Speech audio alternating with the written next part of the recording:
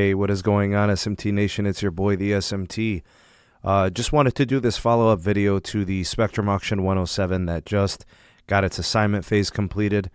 We now know exactly how much each carrier spent.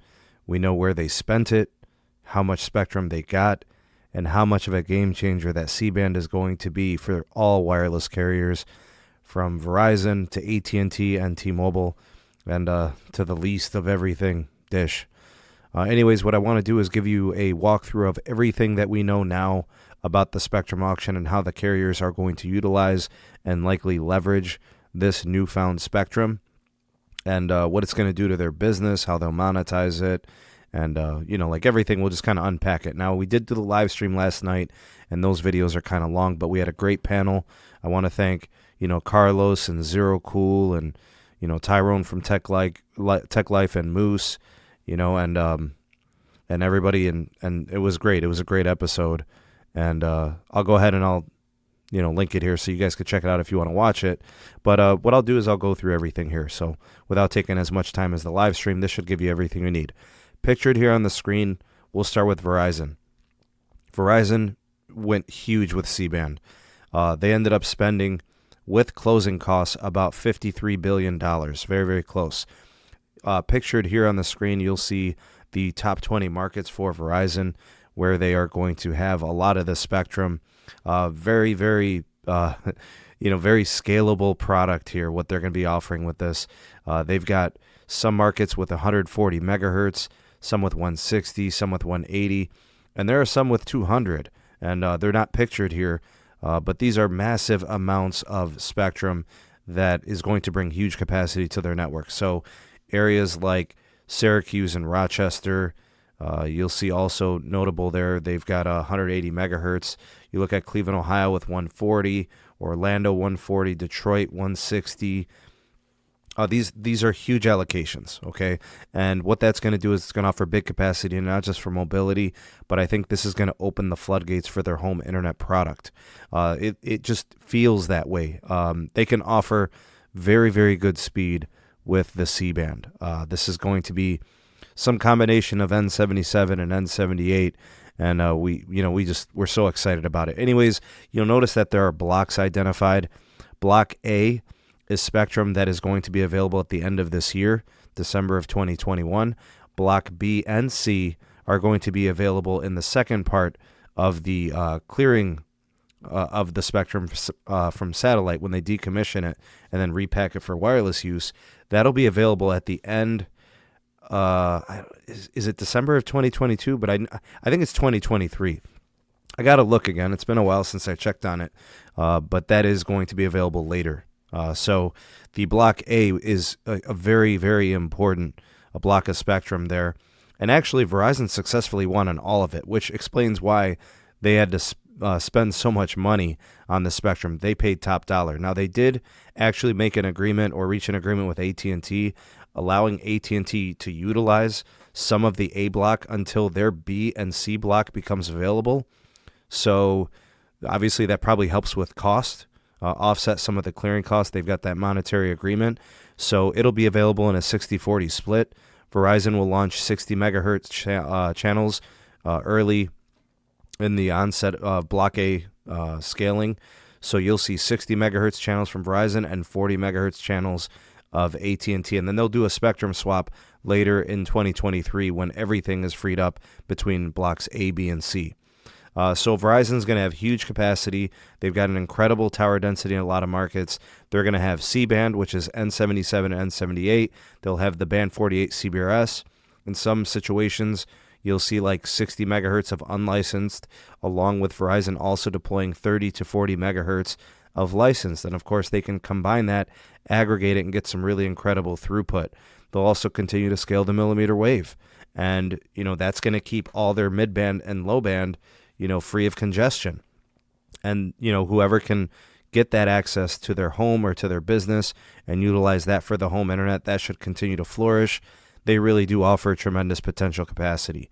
So I don't think Verizon is going to be buying any Spectrum anytime soon. A lot of debt has now been piled onto their plate. But look for Verizon to monetize this very quickly. And I think a home internet product is definitely where it's going to be for them.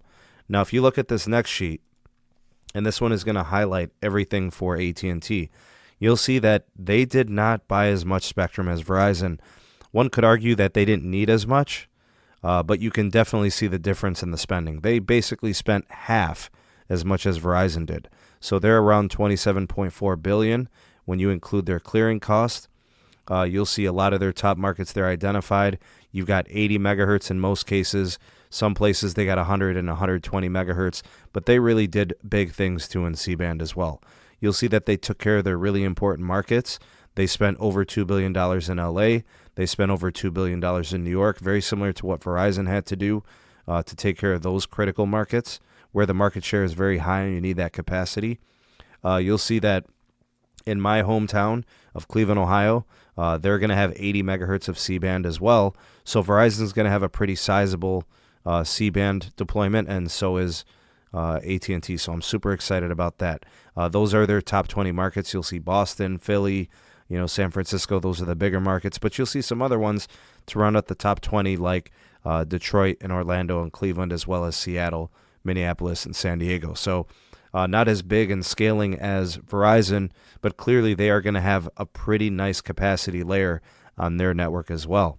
And of course, they'll continue to do some millimeter wave, and they'll continue to do the C-RAN, and they'll densify their network, and they'll continue with FirstNet. So they are nothing to sneeze at. AT&T will also offer an incredible network moving forward with C-band. And we'll wrap things up here with the T-Mobile side of things, and then kind of I'll put a bow on everything. So T-Mobile spent about $10.6 billion, including the clearing costs. T-Mobile obviously did not have to emphasize this. C-band was not going to be that important to them. Really what it did was it allowed them to shop for deals. Focus on the C-band with respect to the C block. So you'll see a lot of the markets here. You'll see where the block allocations are mostly C block licenses, even in the major markets. But you will see that they got a little bit in the B block as well. So, they took care of business where they needed the support, probably areas where they either have a really high amount of market share or due to the 2.5 gigahertz being kind of skimpy in certain places, I think they probably bolstered these areas as well. So you'll see them in New York, LA, Chicago, where they have high market share, Philly, Frisco, Boston, Dallas, Miami. You see how that rounds out. They spent quite a bit of money in those markets. They did, for the most part, go with 40 megahertz in most places where they did get C-band. You'll see a couple, I think there's one random one there in Albany, New York, where they got 60 megahertz. And in other cases, I think, there was a couple with 20, like Syracuse and Rochester and things of that nature. So it wasn't really a big thing for them, but it was more for the other two carriers, because T-Mobile's position with the N41 2.5 gigahertz, that'll be more an emphasis of what they're doing through the T-Mobile and Sprint merger. But it does give T-Mobile some added capacity.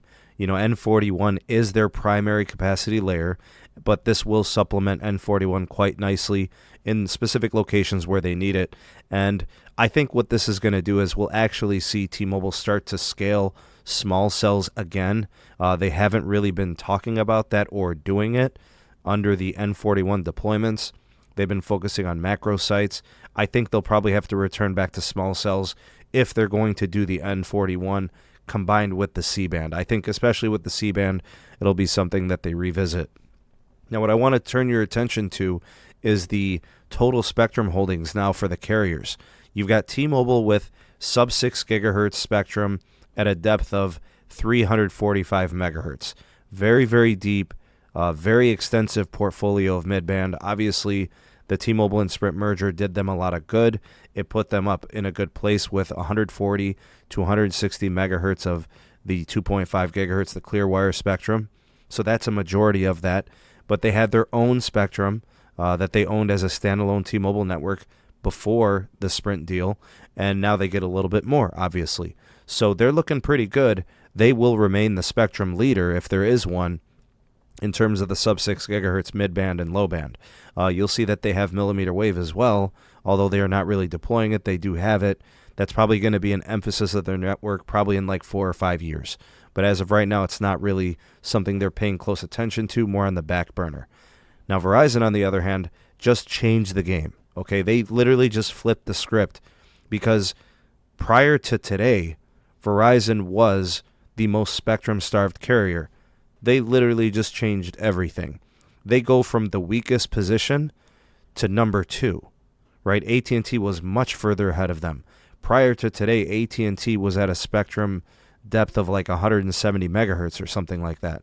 So Verizon basically leapfrogs them in a big way by about 40 megahertz. And obviously they have tons of millimeter wave. They're at like 1,643 megahertz of millimeter wave. AT&T now in third place, so switching positions with Verizon. Nothing to sneeze at. They have 251 megahertz of spectrum depth in sub-6. They also have over 1,000 megahertz of millimeter wave, but they're also deploying that. So when you consider all those things, the carriers are going to be very, very competitive. I can't tell you how happy I am as a customer in wireless to see all of this new capacity coming to the networks. If you're a T-Mobile customer, you should be excited. If you're a Verizon customer, you should be thrilled. If you're an AT&T customer, you should be thrilled as well. Now, if pricing was to increase because of all this debt, you're not going to be happy. But in terms of capacity, these are game-changing upgrades that are coming to your networks. As long as the carriers go ahead and have the money to build, this should be an incredible improvement to your wireless network experience. Gone will be the days of throttling. Gone will be the days of video resolution restrictions. There is a ton of network capacity coming your way. 1080p, 4K video, all that's going to be a realization. You know, large, copious amounts of tethering hotspot, home internet options with wireless ISPs. It's going to be great. Now, the one thing I have to say is that what's disappointing is Dish. They only spent $2.5 million. They essentially bought next to nothing. I don't know where they bought the license, but apparently they bought one. But they did not get involved in this auction. I'm guessing it was too rich for Charlie's blood, Charlie Ergen of Dish Network, and he just wanted no parts of this Spectrum auction. So that's kind of the synthesis of what we talked about last night on the live stream. Again, I'll put a card up here. I'll put a card at the end of this video if you guys want to check out the full breakdown and the commentary that myself, Carlos, Moose, Zero Cool, Tyrone from Tech Life, and Technoid, we talked about the whole thing. So I'll put that card here. I'll also put a link in the description box so you can't miss it. But that's what happened yesterday, and that's the breakdown we have now. So I'm very excited. I can't wait for this. This is going to be great. The networks are going to be unrecognizable very, very soon. You couldn't ask for a better situation if you're a wireless customer. Go ahead and drop me a line in the comment section below, your take on all these numbers, what the carriers spent, how much spectrum they got. Tell me who you think is going to do C-band the biggest, the best. Tell me what you think of that connection, what it's going to enable people to do. Super excited about it. Love to hear what you have to say. The voice of the people, the SMT Nation. Let your voice be heard. Thank you for taking this opportunity to watch the SMT YouTube channel. If you appreciated this video, give it a like and a share to all your favorite social media platforms. Thank you in advance for that. Also, check out some of the links in the description box. We have the SMT Patreon page. We also have the Twitter handle at SneedTech. And do check out the audio-only podcast available on all the major podcast platforms. And if you are new and have not subscribed, go ahead and hit that subscribe button and activate the bell notification icon so you never miss an upload from the SMT. We'll catch you on the next video. Peace.